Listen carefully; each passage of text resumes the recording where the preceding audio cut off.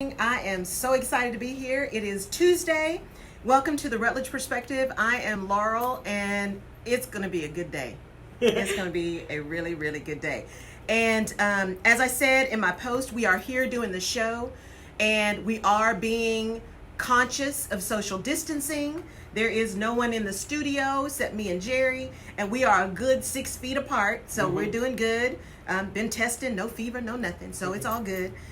So what we want to do today is really talk about what's been going on a lot lately. So this whole coronavirus thing, social distancing, kids out of school, schools being canceled. Nobody knows if it's canceled for the rest of the year. How are we responding to this and somehow keeping our sanity? So we're going to talk about that. And just as a reminder, to find me, you can go to laurelrutledge.com. It's easy to get to me.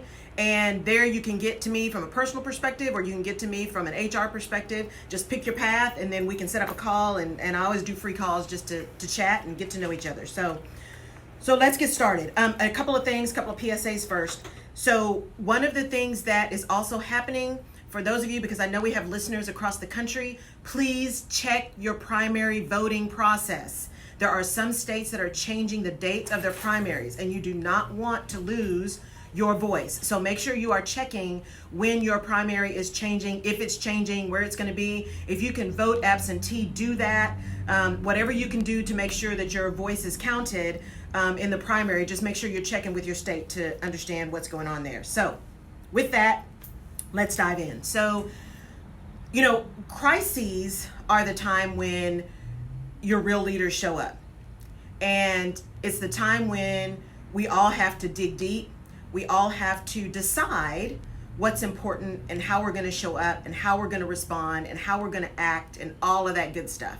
And so when you have something like this, it really begins to test the bounds of what we're willing and able to do. So we say all the time in HR is when things get really ugly, people move back to their comfort zone. They move back to who they really are and how they're likely to behave. And so as a leader, you really want to make sure you understand what your comfort behaviors are before all of this starts happening. So what I'm telling people in this time of crisis is I picked 3 words. Everybody's picking a word for the year. I picked 3 words for 2020. And I think those words play really well for this whole idea of how do we show up as leaders? How do we lead through crises? How do we keep people calm and figure out what to do? And my words are clarity, conviction, and compassion. So how do you as a leader get really clear on what's going on, what your plans are going to be, how you're going to address it? Stay convicted around doing those things that you know are best for you, your business, and your people. And then make sure to maintain compassion, because people are going through some stuff, y'all. Yeah. They are really going through some stuff right now. And kids who maybe their only meal is their meal at school, and now school is shut down. And I have to give kudos out to these school systems, because these schools that are going ahead and putting meals together and having them ready for delivery for people, y'all are rocking. So I just say thank you. Thank you to all the people that are doing that. Thank you, Catherine Graham. I see you on there. And Angela. So here's the deal. When you are in this process of trying to decide what to do, we've talked about setting expectations. We've talked about setting a strategy. That first word around clarity is really, really important. It's really important. So one of the things to do as a leader is to take this opportunity and step back and say, okay, what am I going to tell my people? What is really the process we are going to use, and how are we going to move forward? And try to be as transparent as possible. That whole word about transparency. You need to tell people what's going on. If you have a business that is based on being really close to people. So Jerry and I were just talking about, it's time for me to get my hair done. What am I going to do? Because I need to go get my hair done. But if you think about those operators who are dermatologists, who are doctors, who are hairdressers, who are barbers, people who are in close proximity to their clients, there is a level of extra care that they need to take. And while we may not want to be inconvenienced, sometimes our inconvenience is for the greater good.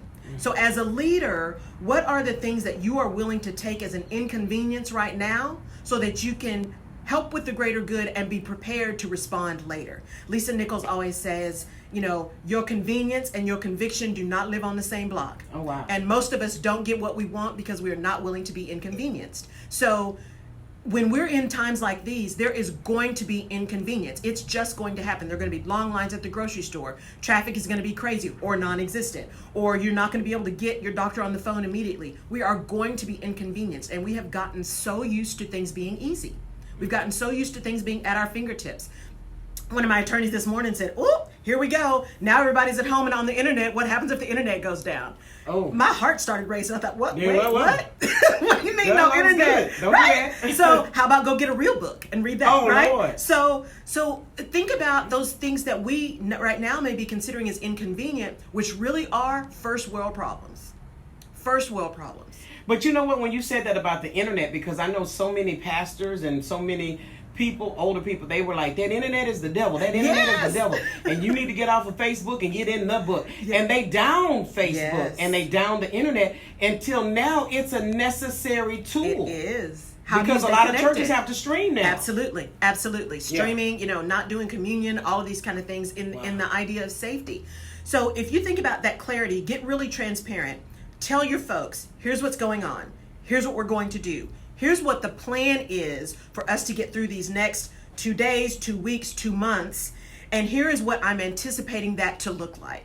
Just be real and be transparent with people, because fear stems out of a lack of information. Mm-hmm. If we don't know, we make it up. Yeah. And the things we make up are almost always worse than the reality.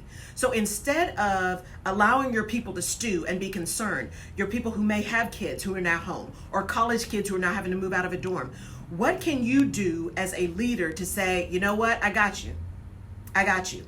We are going to do shifts. So maybe my business is open from 7 a.m. to 7 p.m.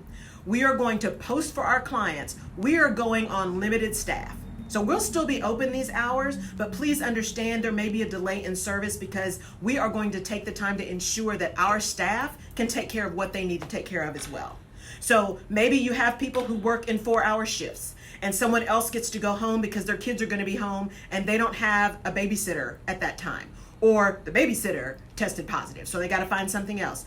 How can you get flexible so that you can still deliver for your clients, you can still deliver for your teams, and still run your business, but do it in a way that is actually supporting the need for this social distancing? And let me say a little bit about that as well, because this is not just about this social distancing. This happens when we have, oil prices are going down, or there's a shortage of water. We had the water thing not too long ago here in Houston where we had to boil water. And here's the reality about that. Sometimes it's just hard. Sometimes we just have to go through a little bit of pain. However, if you really think back around history, and those who don't know history are doomed to repeat it, if you think about the great generation, right? The World War I, World War II generation. I heard this in the beginning and through the process of Desert Storm when all that craziness was going on. And people said, here's the difference. Here's the difference societally in what was going on then and what is going on now. What was going on then is, yes, we were sending our boys overseas. We were sending, our wax overseas. This was really serious. People were dying, all of this kind of stuff. But the entire country participated. There was rationing. There was saving of foil. There was saving of, bacon grease and all of this kind of stuff. And so everyone felt some bit of pain, right? Everyone participated. And so then as society moved and we got more industrialized and things got easier and it got so much easier to disconnect, we are now in a process where everyone has got to participate. Everyone has got to be invested in order for us to move through this effectively. Mm-hmm. Because just because you're not sick or don't think you're sick, because now they're saying people may be carriers and not ever have symptoms. Just because you're okay doesn't mean you're not sitting next to someone who has a compromised immune system, because not all illnesses are visible. So what are we doing individually to participate, to help, to support, so that ultimately we can move this through as quickly and as painlessly as possible? It's going to be painful, but how can we minimize the pain? How can we shorten the curve? How can we move through this in a way that makes it not so hard? So be transparent with your folks. This is also a time for you as a leader to start thinking about disaster recovery. And we always think about this stuff when it happens, as opposed to planning early. And that's why I was talking to you about strategy 2 shows ago. How do you start thinking down the road, plan B, plan C, plan F, down the road, so that you're not caught flat-footed when something happens? Now, you can't plan for everything, but if you at least have a structure, then every time something happens, you're not scrambling to figure out what to do. So there's one thing I go through with my clients, and I actually did this with my teams as well when we were trying to look at our strategy. And I call it stop, start, continue. And I didn't make that up. People have been doing this for a while, but I think it kind of went away because there's all these other strategies. But it's really simple. What are the things you are going to stop doing? What are the things you are going to start doing? And what are the things you're just going to continue doing? And why I think that is important in this time is because as businesses start to shut down, think about the bars that are shutting down. Think about the restaurants that they're not closing, they're still doing delivery, but they're shutting down, their dining spaces.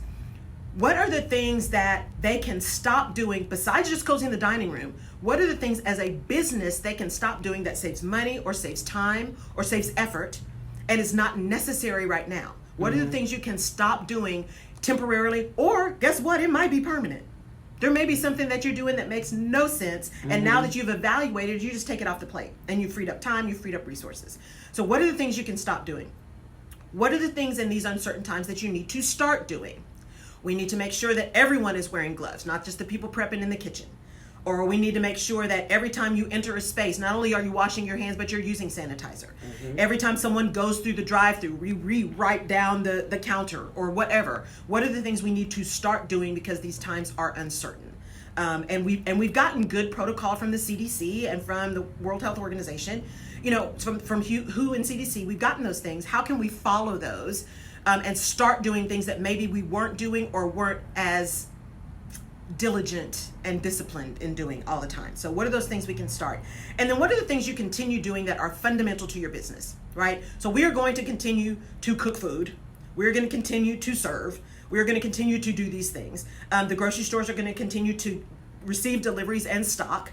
So what are those things we're going to continue to do? But if you look at stop first and then the things you're going to start in the context of the things you want to continue, then you can have a much better sense of, okay, I've got limited resources, or I've got limited time, or we have limited space. What is really possible right now? And you can do it in a space of calm and reflection and strategic thinking as opposed to emotional response. You're not just saying, oh my gosh, how am I going to pay my people? Oh my gosh, how are we going to make sure we stay open? Those are real. I am not saying that's not important, because it is, because everybody's got bills to pay. That is important. Start with the basics first. What am I going to start? What am I going to stop? What am I going to continue? Then based on that, let me go back and look at my resources. Let me look at my people. Let me look at what's going on and make a decision and do the best I can as the strongest leader I can be to prepare people and to support people. That's all we can do. Now, you said something very key right there. You said as opposed to an emotional response, Yes. which, of course, biblically it says first naturally, then spiritually. Yes. Because the first natural thing you're going to do is, oh, my God, what am I doing? What am I Yes. doing with my people? Yes. But you can't stay stuck there. You can't. You have to be a critical thinker at Yes. this point Yeah. and begin to do things. And then, like you said, making sure that the people know what's going on. And I posted Yes. this earlier today. Visionary leader, you have to remain present. Yes. Whether that's through Skype or whether Yes. that's through texting, Yes. you have to remain present. And then not everybody is going to be able to say, well, I'm just going to sit it out. Right. Because Right. I gave a lot of people the option, you can still do what you do, just don't have people here. Yes. And let's do and the majority said, I'm going to sit it out. Yeah. But here's the reality of it. If I, as the leader, choose to sit it out, you're going to be without. You're going to be without. And it's hard to Yeah. rebuild after that. So Absolutely. if they're Absolutely. telling you that you don't need more than 10 people, Yes. then they're giving you another option. Exactly. But like you said, if you panic, Yeah. you can really lose a lot. You can lose a lot, and people watch you. People Yeah. listen to what you say, but more importantly, they watch what you do. Wow. And if you are panicked, if you are uncertain, if you are scared and you're acting that way, Wow. your people will too. Yeah. And I'm not saying that those emotions aren't real. They are Right, real. real. I mean, people don't know what's going on. Are you going to be able to get to an emergency room? What's going to happen with your kid? Are we going to playgrounds and movie theaters? This is unprecedented for many of Yeah. us. The greater generation, this is like piece of cake. All y'all got to do is sit on a couch. You're okay. People keep posting that in memes, right? Yeah. We don't have to go to war. We just got to sit on a couch and get away from people. So they've been through this before. Wow. This is the first time many of us have been through something this significant and this broad that has touched absolutely everyone. Mm-hmm. And so if we panic creates panic. Yeah. Panic creates panic. Try to be calm. Breathe deeply. How are there ways that you can think strategically about what we can do? Because just sitting in overwhelm is not helping you and is not helping your people. Mm-mm. So you got to do something. It's important to remember that as a leader, people are watching you. Yes. They are watching you. And if you're out of emotion, then you can make those better decisions around what you're going to do with your people. Can you allow everyone to go home? Can you shut your business down for a week? There may be businesses who are in a position where you know what? Mm-hmm. We are actually going to take 14 days off or 10 days off, and it's going to be okay because we've got a rainy day fund, or we know our patrons are so great, we know they'll be back. And I've seen a lot of that posting. Right. I've seen a lot of that where people are saying, thank you, we get it, we understand you're closing down, we will be back when everybody's open. That's good. So I think, especially for us here in Houston and around the country, try not to panic because everybody's going through the same thing and people do want to support. You know, the rodeo here shut down. That's what shocked me. I think that's what really got my attention. Yes. When the rodeo closed. Yes. And Idris Elba, when he said he had Idris.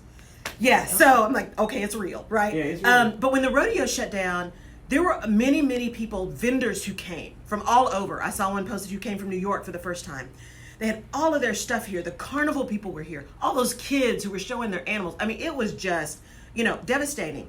However, there's a group of people, and I have no idea who these women are, so please forgive me because I don't know who you are, but I am a member of the Facebook group. There's a Facebook group that has started that is only letting in the vendors who are official vendors at the rodeo. And what are they doing? They're like, look, here are these vendors. Go buy from them. Go order online. Here's their stuff. And it is beautiful. It's beautiful. You've got cities, really small towns who are saying, hey guys, if you were going to show and didn't get to show, we're going to do a mini show of your animal here, at our FFA.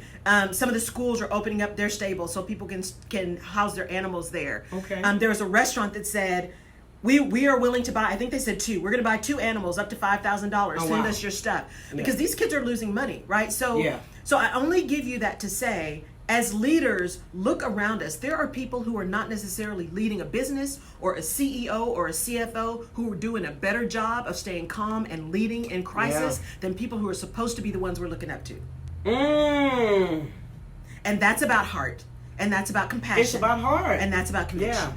The Bible calls it a hireling because at the end of the day, you have a responsibility to the people that you are given charge over to lead. Yeah. And if the leader is panicky, like priests, like people, the people will be panicky. Yes. And then sometimes people are going to be panicky anyway because, like I said, that's a natural response. Right. But it is good to follow the leader. And if the leader's not panicking, because they really know what the books look like. Right. And if they're not tripping, why are you tripping? Is what I say. Right. So listen, when you talk about the restaurants that are closing and they're saying that they're going to have curbside assistance, what is a better way that they can utilize that as far as getting people to come in? Because I remember seeing clowns in front of talking about real estate before. Right. Is there some kind of strategy they can do?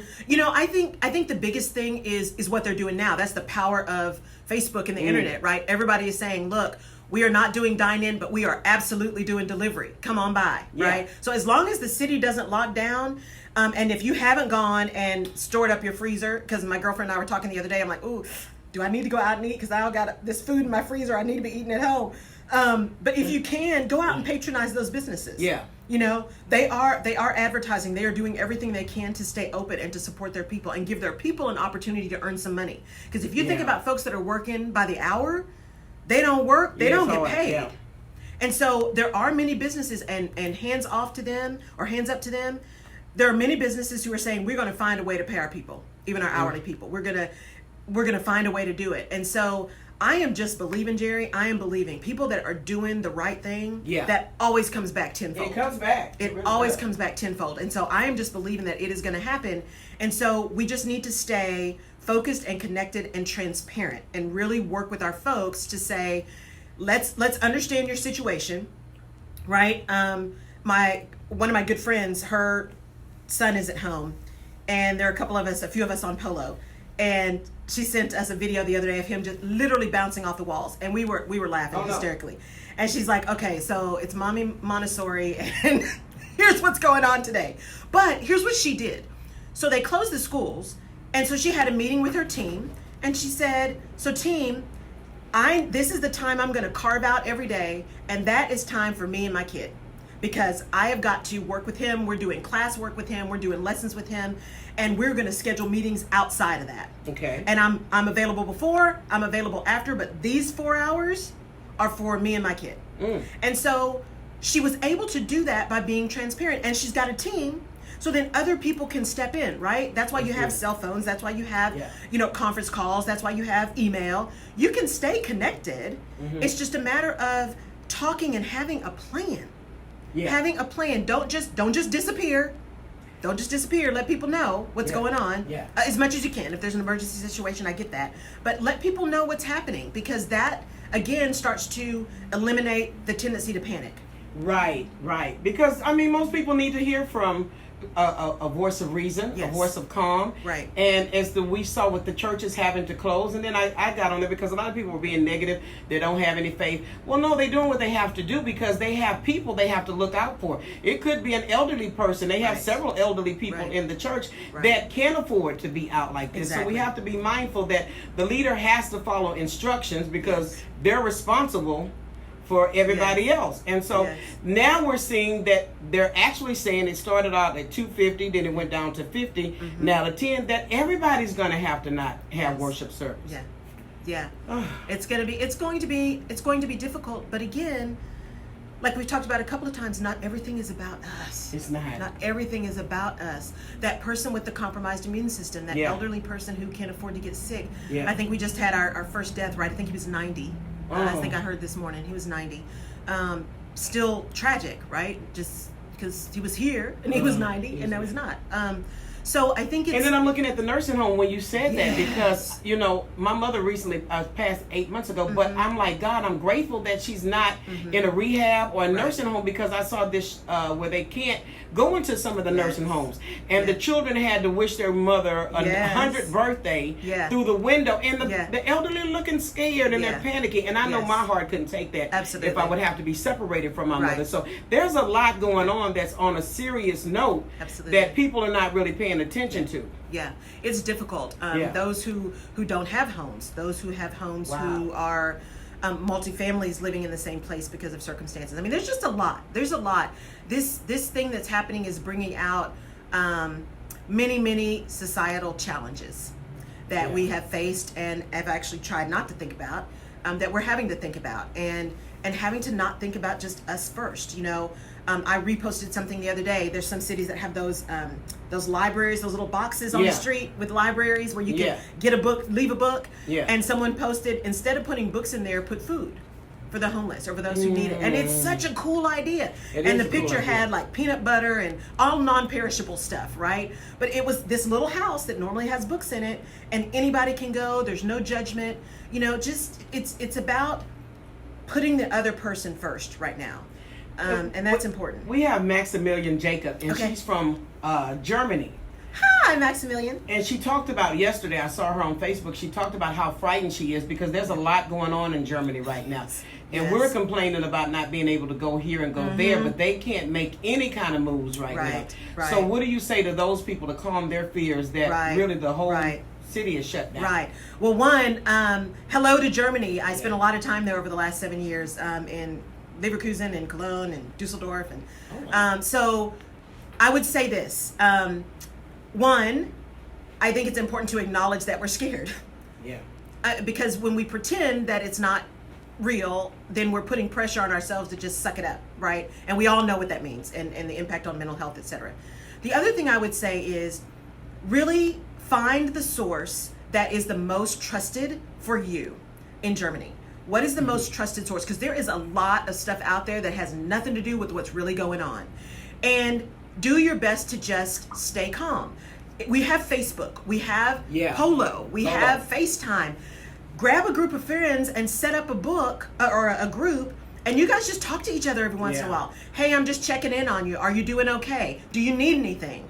Are you really panicked? What can we do? It is amazing how community can help. Mm-hmm. So find a community, and especially if you are of that generation that's always on social anyway, this is a great time for you to be helping somebody who doesn't know how to turn on Facebook, right? Go help that elderly person who's your neighbor who doesn't know how to get on FaceTime. How do you help people stay connected, even if it's virtually? So if you are stuck, if your city is locked down, I mean, Italy is on lockdown. And what are they doing? They're singing. They're singing. They're singing. So people are still connected. Find a way to connect. Utilize all of this technology that we have and connect. Yes, it's virtual, but if you can look somebody in the eye, even over the internet, over a camera, you can feel that. I have a number of friends, and a couple of friends in particular, that we are connected across the miles. We are connected across the miles. I have a physical response when I see them text, or I hear them, or I see FaceTime. It is that kind of bond and friendship is not broken because we have to stay at home. Right. And so I tell you, from Germany, with everything that's going on and all over the world, find your tribe, I like to say village because it takes a village. Find your village, get connected, and try to stay in that moment of talking to people. Because if you stay isolated, isolation doesn't mean you have to be isolated. Reach out to somebody. Pick up the phone. We got phones. Yeah. Pick up the phone and just talk to somebody. Let someone hear your voice. Now, this would be horrifying, and you brought it up, but if the internet were to crash. Woo! If the lights were to go off, the time we were in Harvey and all of that, and we did without electricity and things, but we still have ways to do what we need to do and to connect. And then even being at home, you have ways to, and I don't have children, so I know I would panic if I had some at the house. Right. But I know people are like, but ways to connect with the family again and spend more time. Ways to get some things in order that you didn't have time. This is perfect timing to get your house in order, literally and figuratively. What are the things that are important to you? I know I need some serious declutter time. This is a perfect time to do that, right? This is a perfect time to do that. I got no excuse. Where am I going? Right? What am I going to do? I need to go in that drawer and figure out all that stuff that I've been dragging around and moving for 10 years. It's time, right? So use this time to reconnect. As you said, reconnect to your family. Do you have a game night? Do you not have a game night? Sit down and eat dinner together. Have a conversation about what's going on, because that transparency also translates to your family members, to your kids, because they may not be asking questions, but they may still want to know. And you know your kids better than anybody else. So take that time to reconnect with them, to talk to them. Your college kids that are coming home. Parents, I know, that dropping them off an empty nest, now they're home. This is a great time to build that adult relationship with your kids, right? What's going on? How are they feeling? How do you really support your seniors who now may not be able to walk for graduation? Yeah. I mean, that just breaks my heart, right? Is sad. That breaks my heart. But that doesn't mean you can't throw a party. Right. Maybe one of my coaches said yesterday, the largest number of millionaires was built during the Great Depression. I believe it. Because people had to be creative. Yes. Right? I believe it. Can you throw a virtual graduation party? Woo! Right? All of you kids that are these social media experts and all of that, I'm sure somebody's going to find a way to throw like the biggest after party virtually. Maybe it'll be global. That would be so cool. Wouldn't that be global nice? Don't put that in my coronavirus after party. Ooh, don't do it. I'm just saying. It's done. I'm just saying, it's done. We're going to claim it, Jerry. It's just done. I got it. Because I said, whatever you do, don't stop working. Right. I'm not saying don't not go to the office, but there's some visions and plans you had. You can still do that. Yes. From home. Absolutely. And work on it, because when this is said and done and it's over, people are going to be looking for that. Yes. They're going to want to get out. I was telling you about the club. They're going to want to get out and socialize and meet again. So this, for the visionary and the creative person, is a good season, I believe, because a lot of times I can think clear when I'm not around so many people. Absolutely. Yeah. Absolutely. And if there's a way for you to just go out in your backyard, go out on your patio, if you're in an apartment, get some fresh air, get some sun. Sun is good for you. It's good for the soul. Just get out and breathe something different. That cabin fever is real. It is real.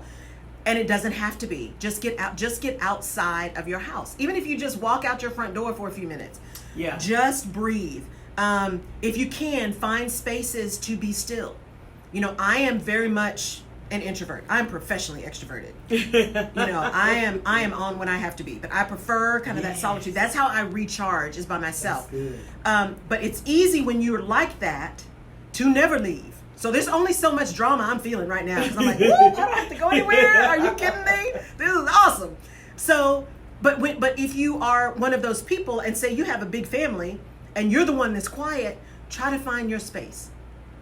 Find your space, find your little corner, find your chair, put your earbuds in, do your thing to recharge, because it can get really busy and really crazy if you're not able to do you when you're surrounded by people all the time. Now that would be hard to be quarantined with a lot of people. For me, because you just hit it on the head. I'm a professional introvert. It would be unnerving, but you would have to find that peace and that silence. Now, as leaders, what should the leaders be doing right now as we're speaking, and there are people who are having to take off work?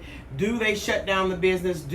What do they need to do to make sure everybody's going to be good? So I go back to the fundamentals. You need to decide and know very clearly what your strategy is. Okay. You need to know what's going on with your business, and you need to know what you can and cannot support. And you just need to be real about that.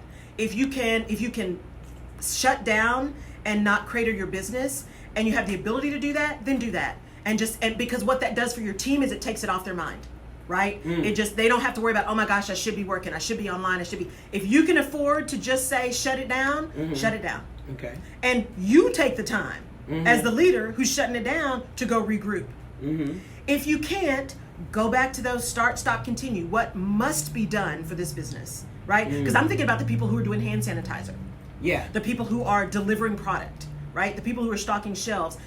Those things still need to happen, right? Yeah. The mail is still being delivered. Yeah. People are still working at hospitals. Shout out to all the healthcare professionals, fire, police.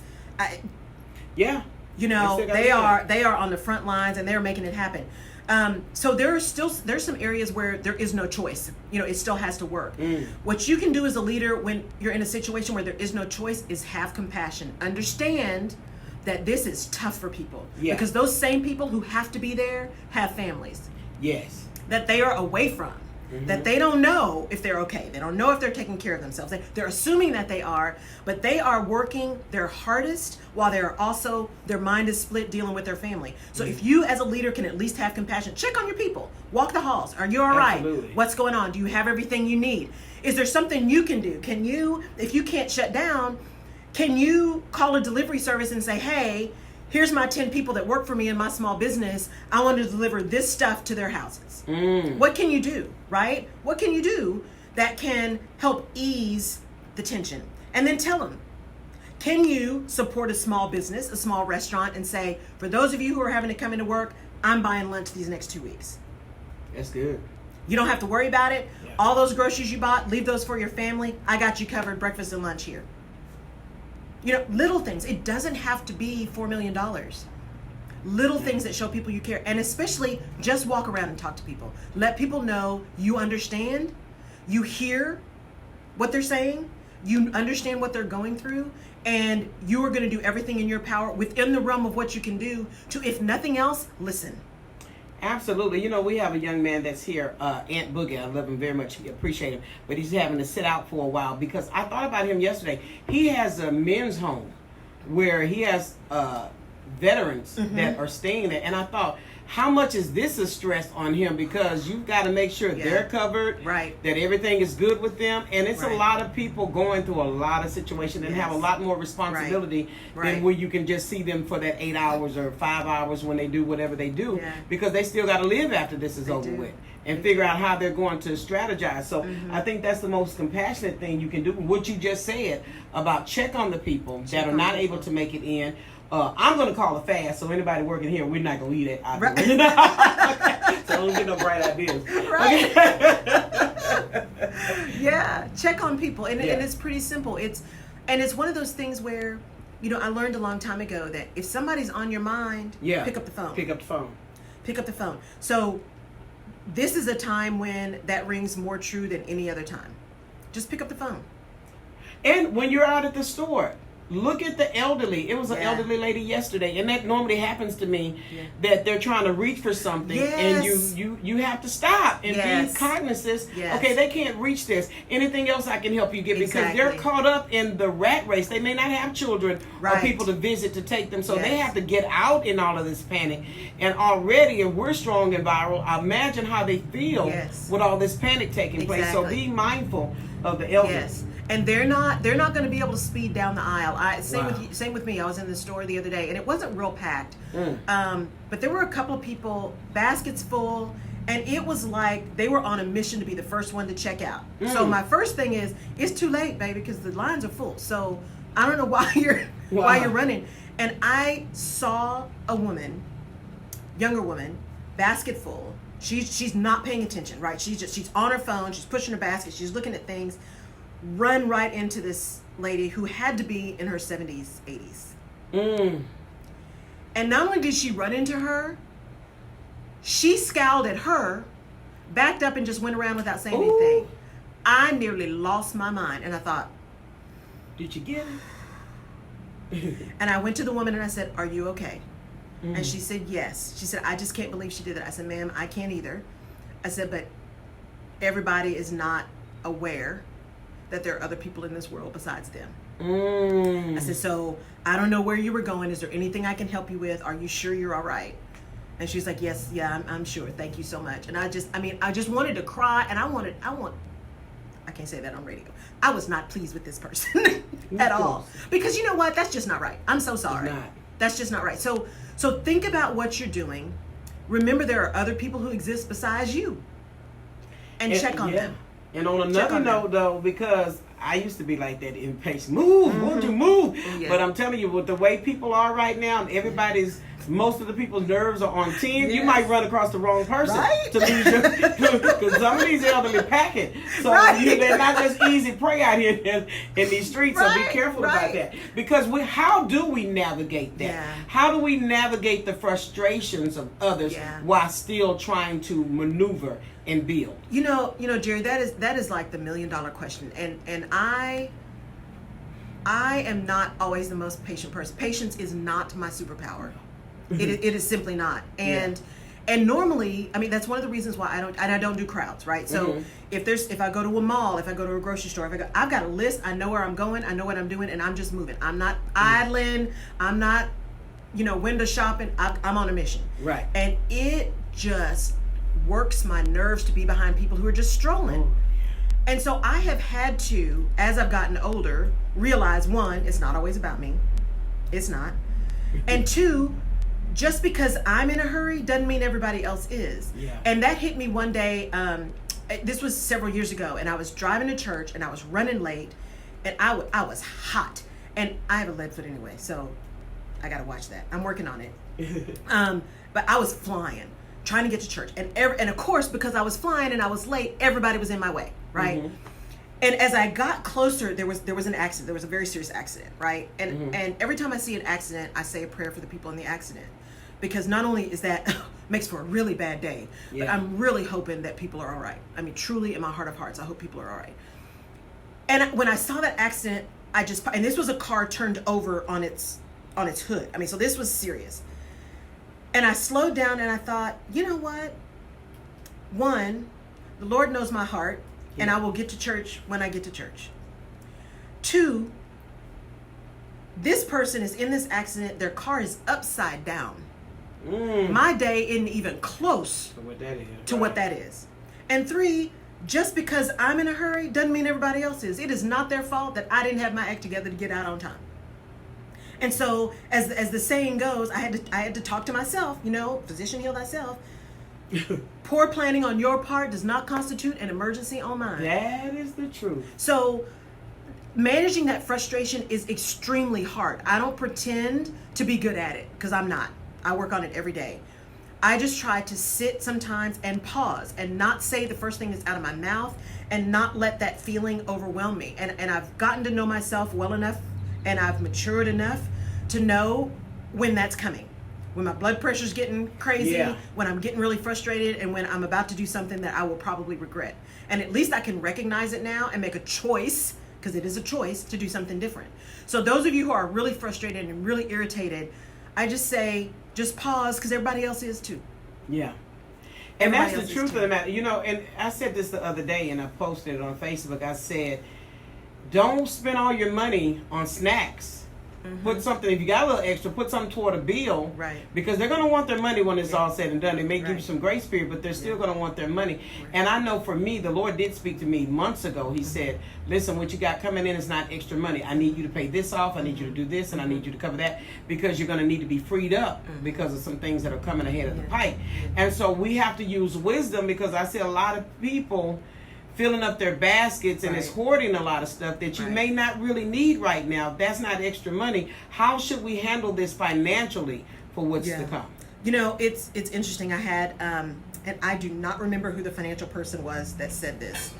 And they said, you know, everybody talks about, oh, you know, but I found this purse, or I found these shoes, but they were on sale. They were 50% off. And they're like, no, they weren't 50% off. They cost you 50%. Oh. And I thought, well, now that's a different perspective.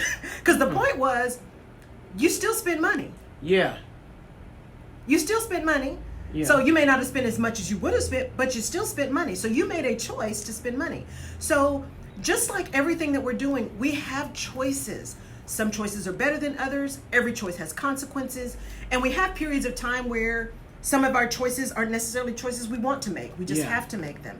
So, you know, just think about what is most important to you, yes, today, but you have to think longer term. Yeah. This may be 2 weeks, this may be 2 months, this may be all summer. Yeah. We don't know how long this is going to be. So you have to think longer term, and that's about kind of stemming down that panic. As a leader, if you can stop being as panicked, you help your people calm down, have conversations. What's going on now? What do you ask people? So if this happens, do you have enough to last you for a while? Yeah. Right? Not to last you till Armageddon, but to last you for a while, right? Because some people are planning for the rapture. And so we need to be reasonable, because there are other people on this earth with us, and we are not going to run out of food anytime soon. We are not. Guys, these are first world problems. We are not under military law right now, right? We are not. It could be so much worse. It is inconvenient. It's scary and it's upsetting, but it could be so much worse. It really could be. And when you just said that about we're not running out of food, and I spoke about that too, that I was led months ago to do things differently toward my health, as far as drinking plenty of water, exercise, and eating more vegetables and stuff like that. What you're noticing in the stores, you're running out of meat, you're running out of this, and a lot of snacks and stuff. Yeah. But what's not running out is the produce. Spinach. And the stuff that's going to keep you... your immune system up, though. And then, you know, me and you compare who drinking more water and all that kind of stuff. But water is essential right now. It's essential. And they're telling you, stay hydrated. Yeah. Stay hydrated. It's important to flush toxins out of your system. Now, the water is not going to flush COVID-19 out of your system, but you want to keep your system as clean and as hydrated as possible. You know, you want to be as healthy as possible. My cousin actually has started a business. He's in Dallas, and he really talks a lot about men's health. A lot. And one of the things he keeps posting is, folks, you know, while you're out there buy fruits, buy vegetables, buy water, and here's the thing. Even with water, everybody's concerned buying bottled water, all this kind of stuff, and that's great. And if we can get it, that's great. But you know, you can also take that water out of the Houston tap. That's not the greatest water. Put it in a pot and boil it. Now you and really then cool it down. And just, I mean, you know, even though there's not a boil water thing, you can do some stuff. Another colleague of mine, we were talking about the whole hand sanitizer and soap. She said, Laurel, I was talking to a friend of mine, and I said, I'm going back to old school like my grandmother. Every time we went somewhere, she had a washcloth that was water and soap in one little baggie. She had a dry one in another one, and she had one that was just clean water in another one. She said, so we got this. And I said, you know what? I remember that too. And they lived to be 180 and all that kind of stuff, because at the end of the day, I do believe go ahead and use the hand sanitizer to tell us to do it. Absolutely. But if you don't have hand sanitizer, and don't just use that though, because some people think they use it. You know, I know this guy who used to put deodorant over must. No, you need to put some soap on that must, sir. That's just more musty. But when you need to do, don't just use hand sanitizer. Please don't negate negate that soap and water because that's still getting stuff clean as well. Because people are panicking. But look in the third world country. They even said in Africa, they don't have clean running water. Right. They don't have soap. So to tell people to use sanitizer, they're trying to figure out how to even use soap and water. Yeah. Oh. We really, there is reason to be concerned. There's absolutely reason to be concerned. And if you have a compromised immune system, or if you know someone who does, or you love someone who does, or if you have someone who is elderly and just not quite as stable, those are real reasons to be concerned and worried and fearful. That's real. And we have to manage the panic, because if we're panicked, they will be panicked too. They will be panicked too. So we have a listener just said, Leah, I believe that I'm saying, I'm hoping I'm saying your name right, on KCOH page. If you think your situation is bad, just think for a minute of the people of Syria, of South Sudan, of the immigrants fleeing to Europe. It's not to diminish your situation, but to put things in perspective. It's all about perspective. That's why my show is called The Rutledge Perspective. It's all about perspective. Wow. Change your perspective, change your circumstances. Thank you, Aaliyah. That's true.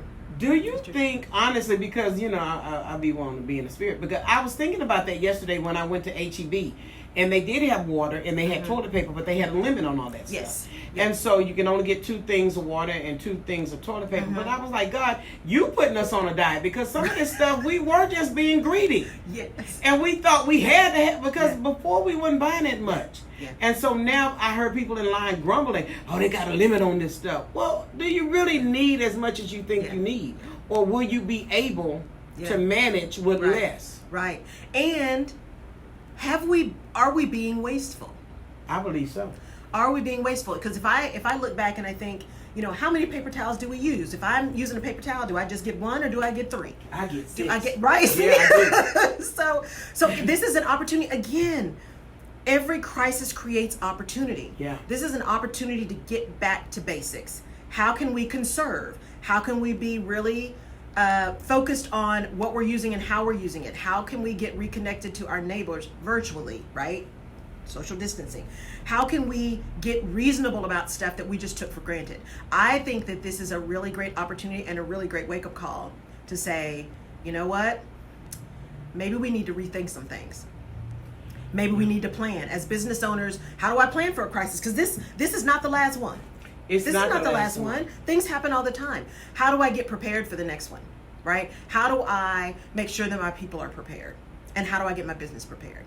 So that we are able to respond appropriately and not do knee-jerk stuff. Because the knee-jerk stuff is what makes you crazy. And as leaders, we do have to be mindful, too, that we don't have, I'll show them attitude of, I can do all things through Christ, which we can. Yeah. But there are some things that is wisdom. Because if you need to take a day off, take a day off. Because I know that we're focused on people are watching us. But if you yourself need to take time off, do what you need to do, and then get back in the game and do what you have to do as well. Right. But we also have to take care of ourselves. It's not unselfish for leaders or visionaries to make sure that they're good, that their home is good, and their family is good. Right. Because the world is still going to go on. Right.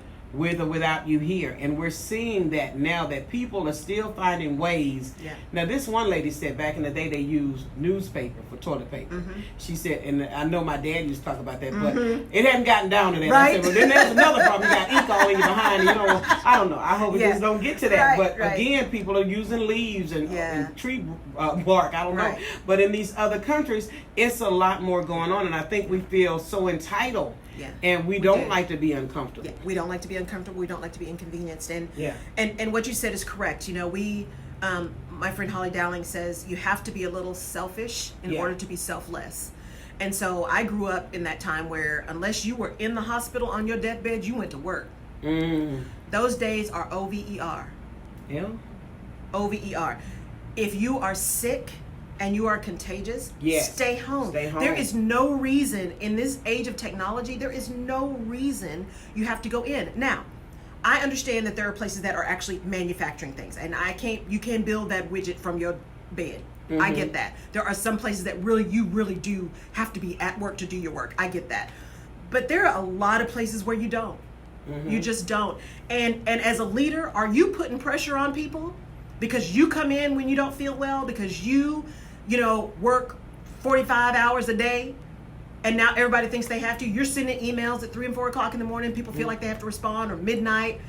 What example are you setting? And I had to learn that because my brain is working. So I'd get up and I'd send a message, and I had to learn, okay, Laurel, your brain's up and working. You can send that message at midnight, but use the technology that delays the send till a reasonable hour. I only stopped doing that because you said it. Because I heard it listening to the Rutledge perspective. Because you're right. We don't think. No. I'm up. You asked me the other day, what are you doing up at 2 o'clock? I go on a Holy Ghost drive-by. Right. Because I get up early like that. And I'm just assuming that this message will be checked later. But some people may hear the notification and check it. And my mind is constantly working. So I stopped doing that because you said that. Absolutely. Yeah. It is a big deal. People mirror the behavior that they see. And if they see you panic, they're going to panic. If they see you acting out of frustration, that's what they're going to do. Or they're going to shut down. So those people who don't have those kind of coping skills or that ability to deal with heavy frustration and people coming at them all the time are going to shut down. And then you've lost potentially a really great team member because your behavior has sent them into complete meltdown. Right? They don't know what to do. They don't know how to respond. You're mad all the time. They can't do anything right. And it may have nothing to do with them. You're just frustrated. But the behavior gives them a message that says they're messing up and they're not safe. And now they're concerned about having their job. And they're concerned about whether or not they're going to be okay. And they're concerned about whether or not they're going to get their bonus. And you've created all this madness because you couldn't stay calm. Now, and couldn't apologize. I'm going back to what's love got to do with it. Yeah. When Tina was sick. And she said, I'm sorry. He said, yeah, you sorry, all right. We got dates and set a tone and all that. Because he was putting that pressure on her. And there are leaders who feel that way. And that's what I was seeing on social media. There were people, you better open up the church. That ain't God to close that church down. And not knowing what other people have to do to make sure the people that they're over are good. And so you can't get mad if somebody cannot take what you can take in an area that you can take. Because I knew that I was going to continue to be here unless they tell me not to be here. Because that's the way I'm designed. And I also, as a leader, I have to do what I have to do. But then when you reached out to me and said, hey, I'm planning on being there tomorrow. Are you going to be there? I'm like, girl, let's go because this is valuable information. Because we're looking for the people on CNN and Fox News to be in their seats to share this information. And so I'm grateful that you did come. But if something happens when you can't come, the creativity part says, let's do it remote. Absolutely. I mean, even if you watch, I was watching the news this morning, and they even said, you'll notice we're sitting farther apart now. So they moved the cameras back, wider, shot. Because they said, we're practicing social distancing too, but we need to be here for you. There are people on the morning shows who are working from home. Y'all, with this technology, we can do this. We can do this. We can do this. And those of you, what came to me, so I would like really, really old TV. And all my family, my friends laugh at me. I like old TV because it's clean and it's simple. You watch it? I do. Wow. Old stuff like, Andy Griffith and That Girl and no. Julia. We are sisters. Yes, I know. Okay. All that stuff. And so, but one of the things that I thought when I was talking to this friend of mine whose son is at home, I thought, man, there would be a time when, a group of people in a neighborhood would get together and maybe they just rotate. Like one of the houses takes the kids, right, for a couple of hours and then they move to another house. Social distancing notwithstanding, right? So making sure that all that is right. But that people would just jump in because neighbors jumped in. Everybody knew everybody's kid. Everybody knew what was going on. Right? Everybody checked on everybody. And I thought, God, it was such a simpler time. And a time where I believe there was more trust. Now, there were other issues back then that we all know about. But fundamentally, there seemed to be a different level of community and connection. And so my hope is that through this crisis and through this challenge, that we see more leaders stepping up and stepping out of what's in it for them and into what's in it for the people they serve. That we see people really reaching out and forming community. And where others are panicked, just like we talk a lot about mental health and reaching out to people to make sure that people are okay, that we see more folks reaching out. That we see more folks saying, you know what, I just want to make sure you're all right. Let me know if you need anything. That we see more folks making multiple runs to the grocery store because there is a limit. And this time they're buying for Miss May. And the next time they go to the store, they're buying for Mr. John. And you know what? With the gas prices down, you can afford to make those multiple trips. It's going to be all right. And then they come back on their 5th trip and do the stuff for them. That's good. That's what I'm hoping, that people start doing more of that. And so even you, if you are in a company, if you're not running a company, if you're just running your career, if you are just, maybe you're managing a department, or even you're an individual contributor, that doesn't mean you aren't a leader as well. People are still watching you. What are you doing? Are you staying at home when you should be? Are you actually working? Because that's the other thing, right? Work from home, you'll have people who are like, ooh, yeah, I'm working. I'm working. Mm-hmm. Yeah, okay. Mm-hmm. No. You still got to be true to you, and you still got to be authentic. You still got to be honest. You still got to be trustworthy, right? But you can still lead even if you are not technically the lead. How are you showing up? Are you checking on your colleagues? Are you jumping in maybe where someone actually is sick and home and the team needs to pull together? Are you checking on your department? Are you rearranging the work in your department? You can do a stop, start, continue on your department. Absolutely. It doesn't have to be a business. You can do it on your department. You can do it on your work. Here's all the stuff that's on my list. Let me go through and do a stop, start, continue, and then I'm going to have a conversation with my boss over Zoom or Skype or FaceTime or whatever and say, okay, here's all the things that were on the list. Given what's going on and kind of our depleted resources, here's the way I'm thinking of prioritization. Does that make sense? Are we aligned? And then send an email and confirm it and keep it moving.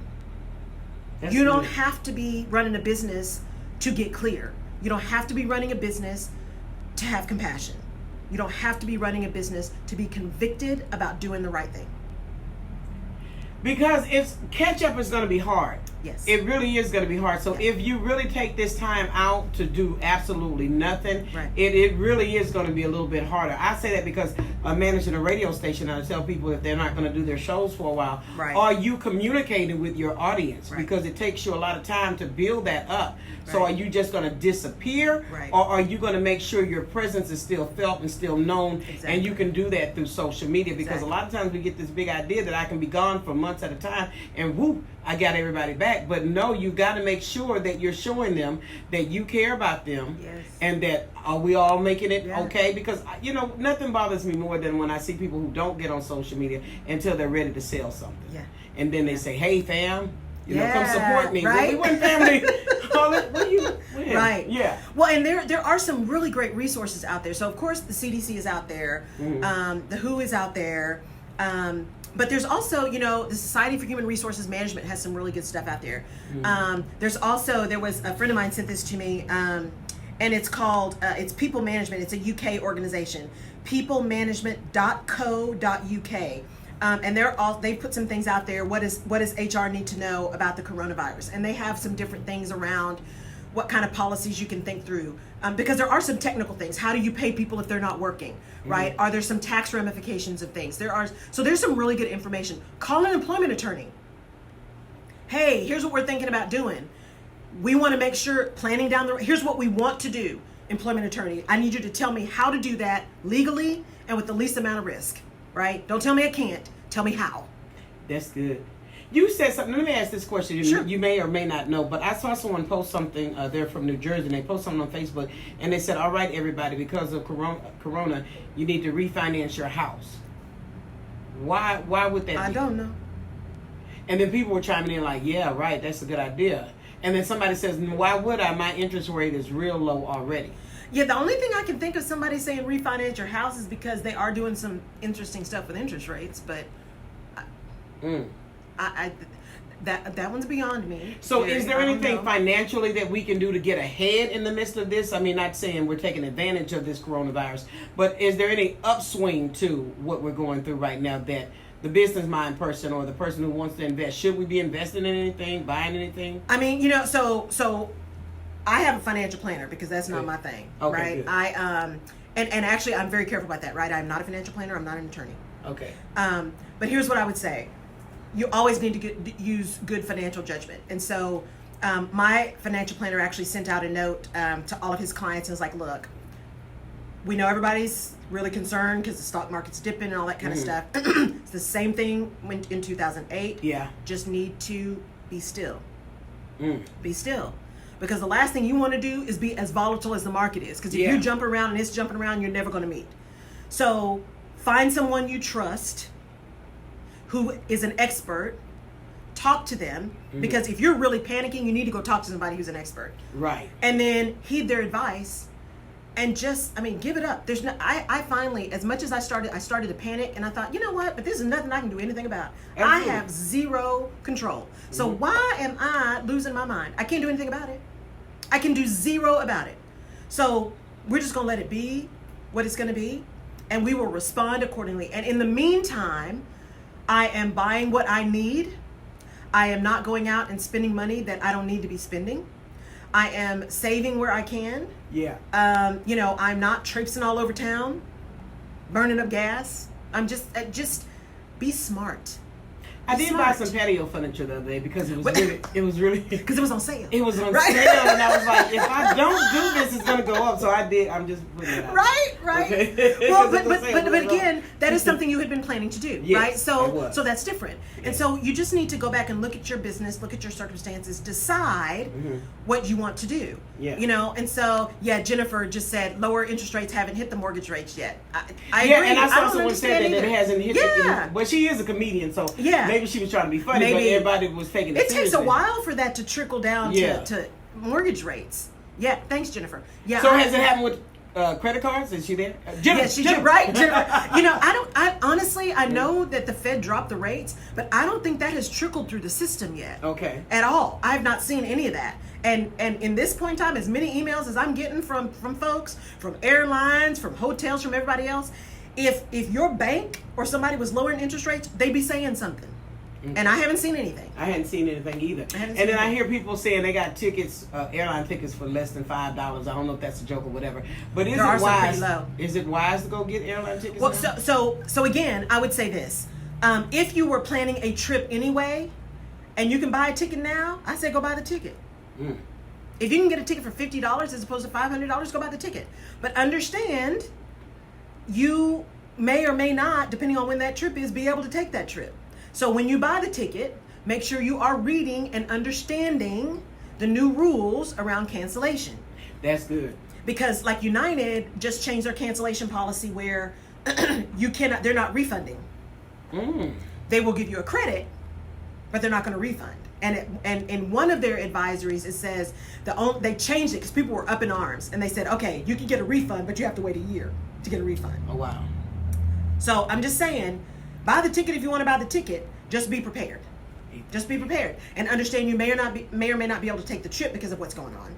And if you have to cancel it, you may or may not be able to get your money back. Okay. But that's that's a risk some people are willing to take. And if you're doing it just to do it, I don't know that makes any sense. It don't make sense, yeah. If you're doing it just to do it, I don't know that makes any sense. You gotta go. Yeah. Yeah. Because there's no ban domestically. There's not yet. There's no ban domestically, and most companies I think now are banning most air travel, especially international flights. Yeah. Most are banning that. Although the airlines are like, look, we are on, overload. We are going above and beyond to clean and to all this kind of stuff, which I'm so glad they're doing it. And I say, please keep it up after this is after this is over. What about gyms and all of that? They're closing, right? As well. A lot of gyms are closing, or they're doing the 10, right? No more than 10 for group classes. But again, everybody's offering stuff online. Go take that class online. Put your tennis shoes on and get in your living room and take that class. And the gym is doing that, because I did get an email saying that they're doing online classes that you can exercise at home and do all that kind of stuff, because they're trying to stay engaging. Right. Even though you've already paid the gym membership or whatever, they're still, and I like that they're still engaging with their audience, because you still need that personal touch. Whether it is distance, don't be so distant that we don't know you. And I go to a really small gym, and so they are still there, and they are like neat freaks. So every time I walk in there, it smells like Clorox. Okay. But I also go at 5 a.m, so I'm not there with 400 people, right? Yeah. So because I don't do that, crowds. So just be reasonable, and just be smart. And as an individual, make sure that you are paying attention to refocusing, taking advantage of this time to refocus. If you're in a career transition or you're thinking about transitioning, this is a perfect time to really think about what you want to do, to make a plan. Absolutely. Well, that time is up. It went by so quickly. Thank y'all so much. Some change. Yeah. Anything else you want to say in closing? I would say just just relax. Just try not to panic. Stay connected to people. Build your community. You can find me on laurelrutledge.com. I'd love to talk to you. I'll go back and try to look at all the messages too and make sure I answer questions. So I'll see you next week. Thank you for tuning in. Thank you.